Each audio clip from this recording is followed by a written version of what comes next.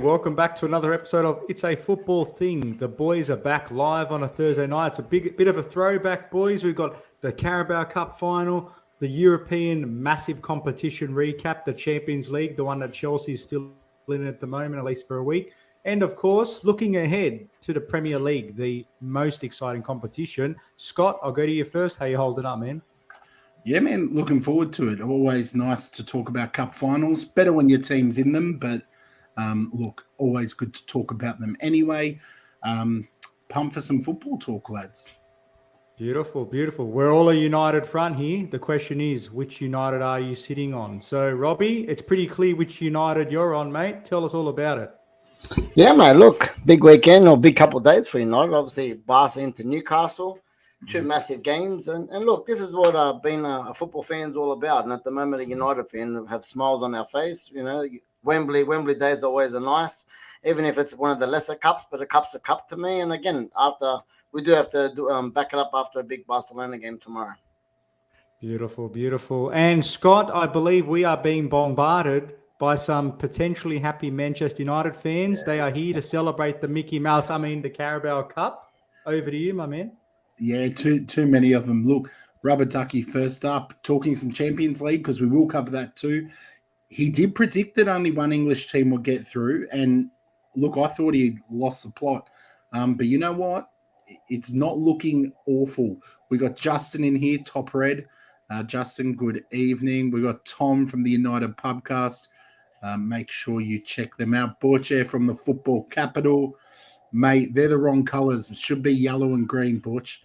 And then we've got Emad as well from Man Cave United.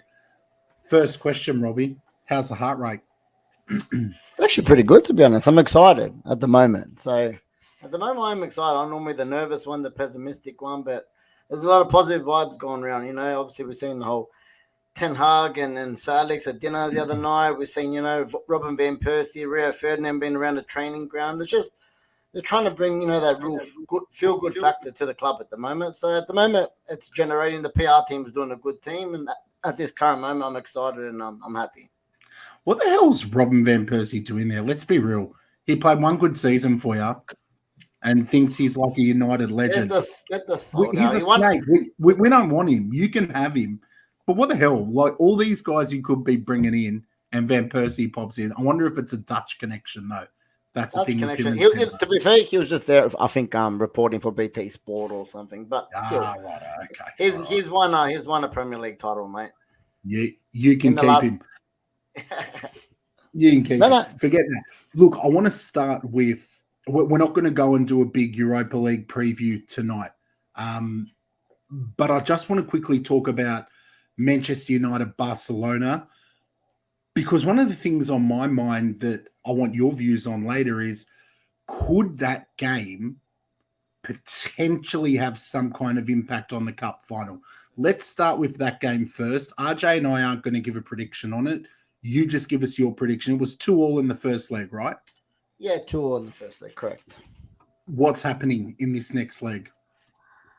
Look, big question marks. I'm going to try and be as balanced as possible. But look, I am hoping the Old Trafford faithful really are the 12th man tomorrow. I think, that can really be a big part of, like, if the crowds really turns up and gets behind the boys, I really think that could be an extra percentage for the boys. But look, man, we can have an amazing game tomorrow and Barcelona can still beat us. We've seen with VAR these days, a call can go for us, can go against us. A mistake can happen. It's 90 minutes of football, or could be even more if it ends in a draw. But I do, like I said, the feel-good factor's there at the moment. I do think we can maybe get this, maybe a 2-1 or something. Hopefully Rashford, the form he's in, again, in front of the Stretford end, whatever half that is, just you think you'd suck a goal just out of that. But look, for me, I want it over in the 90 minutes if I'm going to be sure, because I'm sure Newcastle will be there rubbing them hands together if it goes into extra time and potentially even penalties. So I'm hoping that it's over in the 90. And look, I'd obviously love to advance, but if it's not being negative, but I really am not worried. If we get knocked out tomorrow, I'm not going to throw my toys out of the pram. For me, the cup game on the weekend that's what I'm really concentrating on. I just hope the boys come out safe out of the game tomorrow. And, look, obviously if we win the game, the adrenaline's going to be running higher, and winning games gives you confidence going into a cup final. But, if you look at the run-ins just in minutes in the legs, I think we've had like double, triple the games leading up to this game compared to Newcastle. Once a week, we've been playing every 3 days in full competition. So, look, it does feel up, but I also like in a positive to say game time for me, they're going game time and then a bit of recovery, light training sessions, game time, considering they're playing once a week, training. And I always say that game time or real field time is better than training sessions. So I'm hoping that's a positive for the boys. RJ, United have had a lot of fixtures lately, yeah? The fixtures are piling up. Is it all doom and gloom having this many fixtures, or are there some positives that Manchester United might take from this bit of fixture congestion? Yeah, I don't think it is. When you're in a good situation, the good clubs play 55, 60 games a season. And when you're winning, whether or not you're on a training pitch or you're collecting 3 points along the way, it's good for morale. Yes, you're getting more minutes in, but you are rotating. You had a few players that are coming in and out. So it's not the same players playing 90 plus at massive risk of injury. And the reality is you're coming to the business end of the season. All of the seeds have been planted now. This is the moment you want to be in. So I think Ten Hag's got them primed and ready. And this could be the first of a couple trophies they get this season. So I don't want to give too much away, but I reckon they're looking pretty good, United, at this stage. All right, then let's get straight into the Carabao Cup final. Robbie, give us quickly your prediction on Barca. You going to beat them? Emad's saying 2-0. I'm going to go 2-1 United. You're going 2-1. RJ, go on. Let's do ours quickly. What do you think's happening tomorrow? Strangely, I think Barcelona pull an upset. And I say upset, but I think they actually take away this one 2-1. Yeah. Yeah, me too. I think a lot of these United players will be thinking about the Carabao Cup final. And if you're Barcelona, really your job, just try and keep Rashid quiet. If you can do that, they're a much less dangerous team. I'm going to go 2-1 Barca as well. But let's move to the big one, the Carabao Cup. You muted yourself, Scotty. Yeah, I lost my mic. I just spoke about Rashid. He's your danger man. Okay, I'm not saying anything of great insight there. But are there any other players in your lineup that you think could really be the X factor in this final? And are you expecting any big changes to the lineup? Possible change. Anthony's back fit after a few weeks of being out. He's trained with the team and he's tweeted out himself. He's back. He's ready. So I guess it's between him and Sancho, possibly, who starts on the right. And if one of them do start on the right, I'm hoping that Bruno can go back into playing the actual number 10, because the last few weeks he's been drifting out to the right in consecutive games. But that's a big one. I expect Wakehorse to start up front, even though Martial might make the bench. It's still touch and go at the moment. You're talking about X factors. For me, one of the most important players, obviously besides Rashford, is Casemiro. For me, I'm a massive fan. I just think between him, even Varane as well, mate, they've just got big game experience. Obviously, they've multiple trophies they've won together, but the team really ticks with Casemiro. Obviously, we've been without him for the past 3 weeks as he served his suspension from the red card. And we've had spells in the game where we're like, geez, we really miss him. Or, it's just that Sabitzer's come in or Fred's come in and they've done a job, but they've struggled at times. For me, he's one of the first names on the team sheet. Obviously, we've got to see who partners him. But for me, in both games, the Barcelona game and the Cup final, I think he's going to be a very, very big part of the X factor, or hopefully, obviously, to bring triumph to the club. I'll be going with Fred. I think Fred's been playing some good football for you this season. I think having Casemiro in there has really helped his game as well. Far less error prone than what I've seen. Now, RJ, Robbie mentioned a second ago that he kind of hopes Bruno Fernandes can shift more centrally. Tom with a good point here. Bruno Fernandes is the one Newcastle need to keep quiet. Look, I would still say Rashford's a danger man, but Bruno has found some really good form playing further out wide. It seems to be something that Ten Hag's prioritised. Would you be moving Bruno Fernandes, Arj, or is it a case of if it's not broken, don't fix it? No, I think just because he's done a good job drifting out wide, he's still, I don't know, if I look at his heat map, I still think he's more effective when he's in the middle because he has access to both channels, even though his passing range is sublime. And I tend to agree with Tom. Yes, Rashford gets all the celebration, and yes, Casemiro does all the legwork behind and anchors them. I think as someone in a club that's lacking that position, you don't realise just how important having someone like a Bruno pulling all the strings and creating those chances. So, yeah, I tend to agree with Tom, to be honest. I think he could be the danger man for United. I worry about him in big games. He's the kind of guy that big game mentality can go missing at times, in my opinion. I think he dives right into it, Scott. It sure does. Robbie, you spoke a bit about your lineup. Tomorrow, for those that are tuning in, we were meant to have Paul on tonight, but unfortunately there was a schedule clash. So we are hoping to go live with Paul tomorrow night for more of a Newcastle-specific preview on this cup final.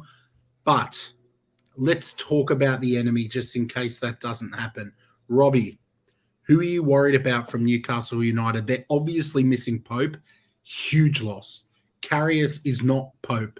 Karius is not Dubravka. Karius is potentially not even me in goals.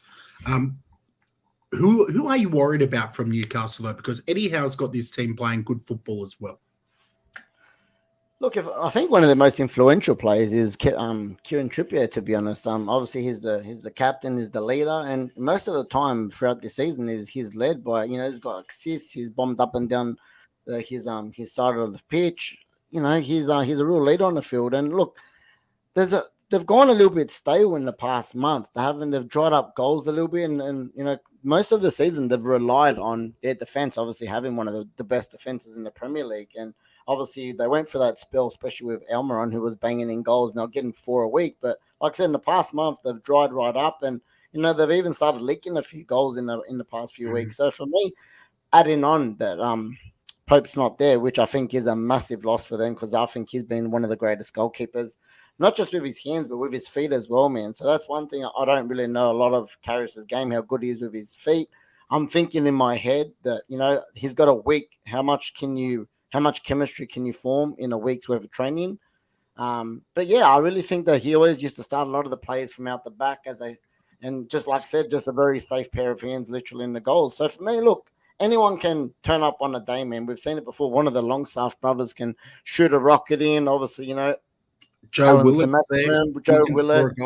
Anyone that turns up can have a great day on. So, it's a cup final, mate. For me, I feel like we're in a trophy drought. We haven't won silverware in 5 years. They haven't won anything since 1969. And for them, this is going to be like seriously a Champions League final, mate. Like I said, for United fans, we all can't wait, and hopefully we get end our drought. But this is honestly that town, if they win, will honestly celebrate like it's a Champions League final. It'll be massive for them. All right, we're going to move on to some predictions in a moment. Like we said, we're not going to dive too much into Newcastle. We'll save that for tomorrow night, hopefully. But RJ, both fan bases will want this for different reasons. For Newcastle, this is kind of the start of building that further winning mentality that's come with the ownership and Eddie Howe. For Manchester United, they are in a drought. They certainly are in a drought, and they're a big club playing big football. They won't want to lose. No one goes to Wembley and wants to lose. If you could pick who wins this, RJ, who would you like to see win it? There's no prize as to what I think your answer will be. Who would you like to see win it? And then who do you think will win it and why? Yeah, I like the way you summed that up, because for both clubs, I think the word resurrection means a lot, because more for Newcastle, the black and white, because of the longer drought. But United too, Manchester United, that is, they have a lot of higher expectations for a club that's used to winning over the longer term. So I think they're going to use this opportunity to really reassert themselves as being that club again. You know what I mean? I've seen Chelsea get to finals, lose them with some great youngsters, and you can tell the effect it has on them when you get almost there but not quite there. So it's huge for both. As a neutral, I say I would prefer Newcastle to win because it's someone different. But being honest, being objective, Manchester United are in a stronger position, stronger form, more attacking players in better form at the moment. The loss of Nick Pope, like Robbie said, I think he's been quite important to helping keep the solidity of that defence. So to me, I think Manchester United are just collectively and in a much better position and a lot more confident, and have better options, I think, as well, to change the game if things aren't going their way. So reluctantly, I think the Red Devils add this trophy to their growing cabinet. All right, United fans, football fans, make sure you smash a like on the video. Do it quickly before I give my prediction, and don't hit that thumbs down. We don't like that. I'm going to go to Robbie to have the final word, but here's my 2 cents. I absolutely hate Manchester United. I have no time for them. I don't want to see their fans celebrate. I don't want you lot in the live chat talking about how you've just won the Carabao Cup, which is a Mickey Mouse Cup when everyone else wins it. You've all been buzzing. United are the better team, but I just think there's something special about Newcastle supporters. I think they're going to really take their team to the next level. They have shown over the Premier League season that they are capable of being so defensively solid. And I think if they can go in with that mentality, they can give Rashford the treatment that star players on every team get. They're going to kick him. They're going to push him. They're going to go in hard on the 50-50s. If they can keep him quiet, I'm not worried about Bruno and his mentality in a game like this. I'm hoping, I'm thinking, I'm praying a Newcastle 1-0 win. But Karius worries me. We're either going to see the redemption of Karius, his comeback story, or we're going to see some pain with very happy United fans. But here's to hoping Newcastle 1-0 and extra time. Robbie, go on, mate. Tell me why I'm wrong. I'm not going to tell you you're wrong. I'm just going to give you my opinion. And look, I'm going to back my teammate. Like I said, the form's there, the creativity is there, the goals are there. And like I said, at this moment, I think we're on the up. And like I said, I think Newcastle would say maybe a little bit stale at the moment, coming off the back of a loss as well to Newcastle. Especially if we win tomorrow, I think the adrenaline's going to be high. But win or loss tomorrow, I still think the boys are going to be up for it. I'm quietly confident, and that's unusual for me. I think we're going to win this 2-0 in the 90.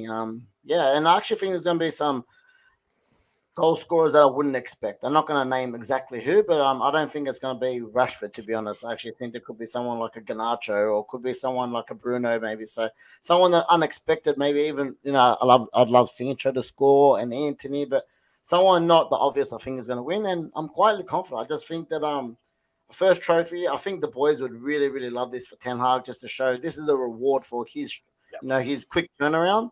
And look, we're still alive in a lot of tournaments. For me, at the start of the season, you ask any United player, a trophy in top 4 is the target. So if we can cross one of them off right now, top 4 is looking good, mate. We can only build and build, then the future's looking bright. So 2-0 United for me. That's a good one, Rob. I wanted to ask you on that though, because United, let's just dangerously assume Manchester win, lose to Barca, have a poor run, and end up scraping 4th place in the Premier League.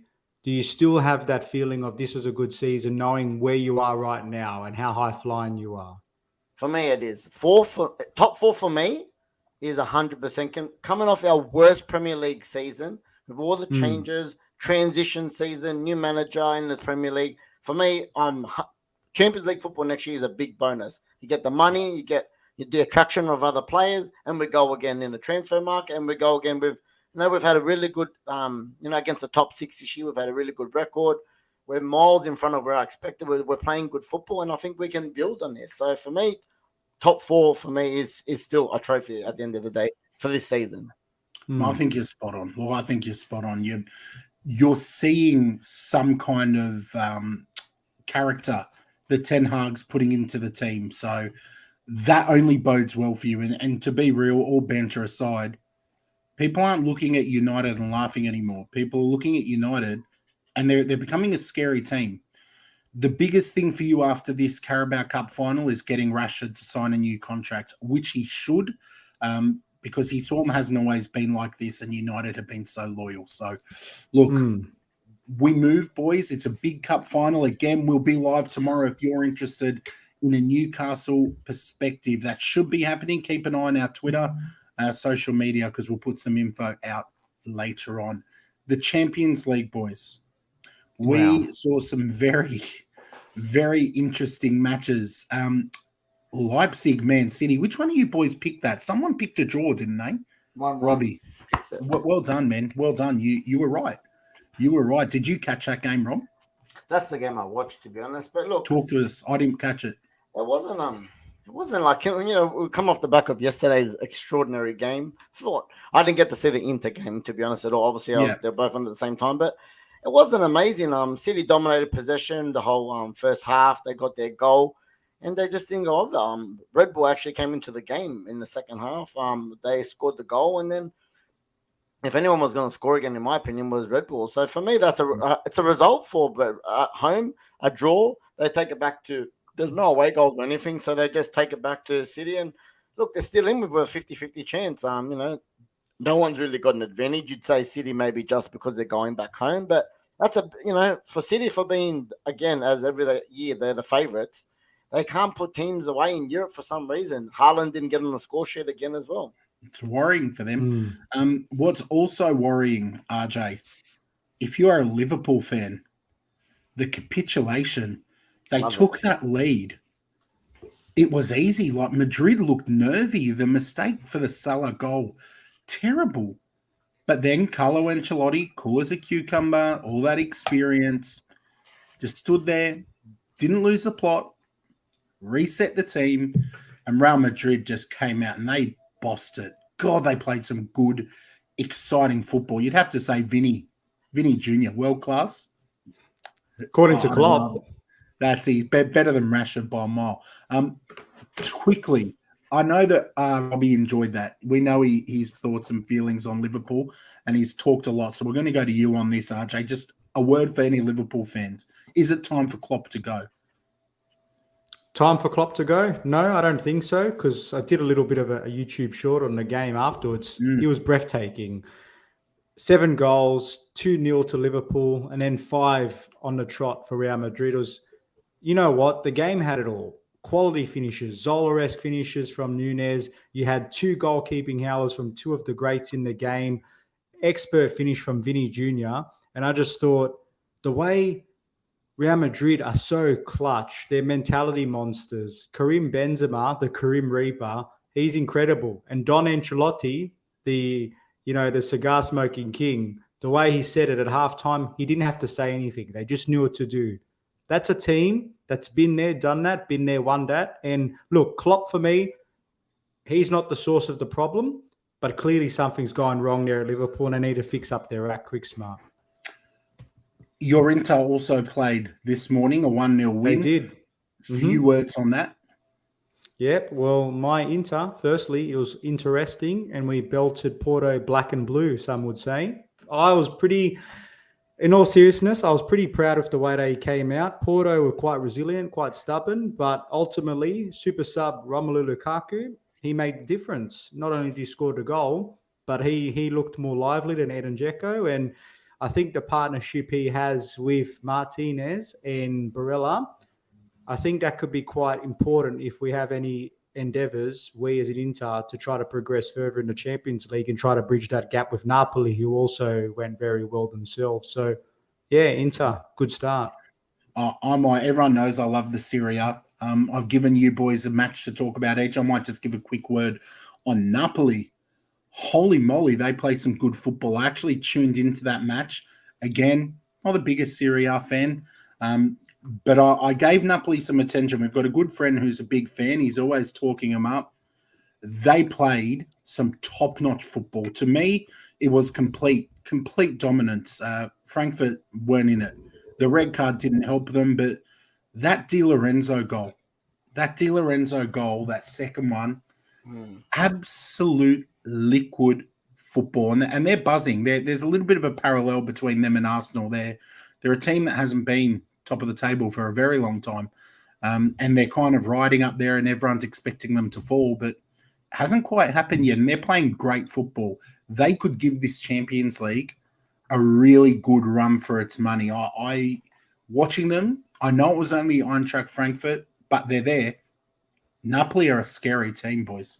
Very scary. What team. makes Napoli scary is not only are they playing great football, playing consistent football, they're so far out in front of Serie A, meaning they can focus a lot of their energy now on this Champions League run. So it's not as crazy to think that they could go really deep in this competition, seriously. No chance. Robbie, we talk a lot about Rashford, Saka as two of the most informed players in the world at the moment. Victor Osimhen, a word on him. Welcome to Manchester United next season. No, look, I actually think we're going to be in the hut for him. I'm telling you, boys, clip that. But him and look, I'm just going to say the Georgian guy. This was no respect. Yeah, I call him Krustovats. I can't pronounce his name, but mate, the two of them as a combo at the moment, they must be the two most informed between assists and goals for each other. Both amazing, but also him, mate. He just looks like he's built for the Premier League. The guy, he's strong. He's got pace. He's got aerial threat. He's got strength. He can turn with his back to goal. He can finish everywhere. He's going to be hot property in the summer, and like I think Napoli can't buckle it from here. I think it's nearly like 16-point buffer they got, which is crazy at the moment, and they haven't won a Scudetto since maybe Maradona, I think. So for them, they're high flying at the moment. And if they get, like I said, a good draw, I think they can go deep in this tournament for the reasons RJ said as well. Boys, some really sad news coming through in the chat. John Motson has passed away. One of the voices, some would say the voice of football, over 50 years in the commentary box. Really sad news. So there'll be plenty of football people mourning that loss today. So sad times. We are going to wrap this up very shortly, and we're going to finish with some Premier League predictions. We've got a few matches before our Monday night stream. We are live Monday nights. We are going to keep these ultra quick fire. Feel free to put yours in the chat. We got a Chileno friend. Hello from Australia, Chilean. We love our Chilean friends. Welcome. Let's get into it, boys. Fulham hosting Wolverhampton Wanderers. Quick, let's go. Rob. Fulham 2-1. Arj. Lock me in for the same. Lock me in for a hat-trick, boys. Lock me in for a hat-trick. Newcastle hosting Brighton. That's postponed, sorry. Let's skip that one. Everton, Aston Villa. I'm going 1-1 in this. What about you, RJ? 2 aligned, mate. Same for me. Okay. Make it a double hat-trick then. Wow. I think that's the first in pod history for us. Let's see if it's a hat-trick of hat-tricks. Leeds United hosting Southampton. Robbie. Leeds United hosting them. I'm going to actually go for a Saints upset here. I'm going to go 2-1 to the Saints. RJ? Nah, this is where the hat-trick breaks for me. I think Leeds take this one 2-1. I'm a 1-1 draw in this one. So we've gone 2 hat-tricks and then completely different. Make sure you smash that like button and subscribe if you're new to the channel. Help us to grow and keep bringing you top football content. We think so anyway. Leicester City hosting my beloved Arsenal. I think we're going to outfox them. I'm not too nervous about this. Famous last words?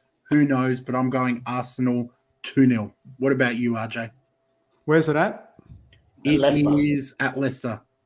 I think that makes zero difference to me at all in this one. So I think we'll lock in Arsenal as well. Yeah. But I'm going to go 3-1, actually. 3-1 to I like that. I like you even more. What about you, Rob? Yeah, Arsenal have to win this game 2-0. Okay, West Ham hosting Forest. Jesus. Go on, Robbie. Yeah, look, I like Forest, but you guys are catching me in these fixtures as well, and I take them serious as well. So I might go draw here. I'll go 1-0. I'm going 0 or board draw, snooze fest. I think West Ham's in trouble. I reckon West Ham will be stumped by Forest 2-1. I like it, Arj. I like it. Next up, Bournemouth hosting Manchester City. Surely Manchester City fire up. Haaland's due a goal. I'm going to go with City to take this 3-1. What about you, Robbie? Well, I feel like these guys just played. All right. So they're hosting Bournemouth. Yeah, I'm going to go 2-1 City. I don't think it's going to be as easy, maybe.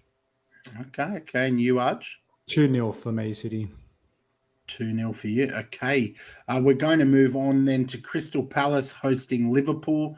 It was all going so well for Liverpool, and then it all went so badly. Will they bounce back in the Premier League, RJ? It was funny because I was tweeting Liverpool bounced back. They're doing really good. Watch them win the Champions League. And then, so I think they still get a response against Palace. Yep. I think they take this one 2-1. A shaky 2-1 for me. Yeah, I'm with you on that. There we go. We've got another hat-trick again, boys. We just needed a hat-trick of hat-tricks consecutively. The final one we're going to look at, because it is at 12:30 a.m. Monday morning, is Tottenham Hotspur, Chelsea. Wow, that's a massive game. I didn't realize this. Yeah, I forgot about this one. Now, these teams, both in the mud, they're both in the shadow of London's greatest club. RJ, give us a couple of words. Is this the week you score a goal? I like how you don't even ask if we're going to win. If it's just, are we going to score a goal? I think at this point, you'd just be happy with a goal, mate. He's full of salt tonight, mate. He's full of salt. Look at him. I know. He's been all day, mate. He's a stitcher. But yeah. Look, are we going to score a goal? We might win the XG. That would be good. But who knows, man? We're in a bit of world of hurt at the moment. It's tough to see the light at the end of the tunnel. We're all 6s and 7s, but mate, football's a funny game. Tottenham, 1 week they're hot, 1 week they're not. We're not at the moment, of course. But I feel like this could be the kind of game that changes perception of Potter, because Tottenham's an old enemy. If we can beat these guys, it's almost like we're using them to resurrect or change the tone of our season. I don't know, to be honest, though. The mood is very bad, obviously. It's a concern, and we've got some injuries still. A couple of players, but have been rested. Reece James, Thiago Silva comes back in. They're massive difference makers. So you know what? I've got to back my boys. I've got to back them. We might score a goal. We might not. We might get a penalty. Who knows? But I think we'll take this one nervously. I'll go 2-1. 2-1 Chelsea. I didn't think you'd keep the clean sheet. Look. Nah. I'm going to go 1-1. I think that's the best result for me as an Arsenal fan, but surely anything but 3 points, it's got to be Potter out. I don't know how long the patience could last. There's rumours about Poch being approached. I don't think we're buying too much into them at the moment, are we, RJ? There was a few managers. Poch, Tuchel returning, Hainsey Flick, they were talking about Zidane, Enrique. Look, what I will say just very quickly, where there's smoke, there's fire with this kind of stuff, in terms of if they were to look to get rid of him, they obviously need someone to replace him. So you don't know. He does apparently get a lot of PR protection from the English media over there, but that's just sections of the fan base being divided. I don't think so at the moment. They've invested too much of his backroom staff, and to throw it all away now, I think would be premature, but we'll see. Robbie, would you sack Potter for Zidane right now? Mate, he's at the wheel. I want him to get a contract extension at the moment. If you were a Chelsea fan, would you sack him for Zidane? No, not for Zidane, if I'm being honest. Would you sack him for Poch? I couldn't say Poch there. No, either. Would you sack him for Sam Allardyce? Enrique, I think Enrique will actually... Would you sack him for Dwight York? Absolutely. No ball there. Last one, both of you. Would you sack him for Big Ange Postecoglou? No. Nah, come on. Where's the love, mate? Aussie football podcasts have copped a bit of a battering this week for not backing the Aussie. Would you sack him for Ange Postecoglou? Absolutely, I would. What about you, RJ? Absolutely not. Why would we throw Ange Postecoglou into that poison chalice? Leave Ange Postecoglou. Leave Ange alone. He's doing great things. Leave him alone. Dear. There's our short for the week, boys. Look, some exciting Premier League football. We've talked UCL. We talked. What was the predictions quickly, boys, for that? I didn't get. Sorry, I'm 1-1. Would you go, Arjun? Would you go? 2-1 Chelsea. 2-1. And who's hosting quickly? It is at Tottenham Hotspur Stadium. Well, okay. So hopefully Chelsea haven't given up wins for Lent. Well, they might get out of the Mudrick, whatever you want to say there. Oh, no. I had that. Now, look, I'm actually going to go for a 1-1 draw, to be honest. I think you guys have got a goal in you, but Tottenham are a basket case, mate. I thought you were going to cane us, Rob. Yeah, I don't know, mate. Look, I told you. I think you guys. Once you get this win, I actually think you can get a few. That's the funny thing. I've been saying it for weeks now. All right, everyone, keep an eye on our social media. We are hoping to be live with Paul from the Tomb Review tomorrow evening. We're just waiting to confirm that. And then we'll go back into the Carabao Cup final from a Newcastle perspective. We'll also talk a little bit about their season so far. Whatever happens over the weekend, make sure you enjoy your football, stay safe, look after your families. Take care, everyone.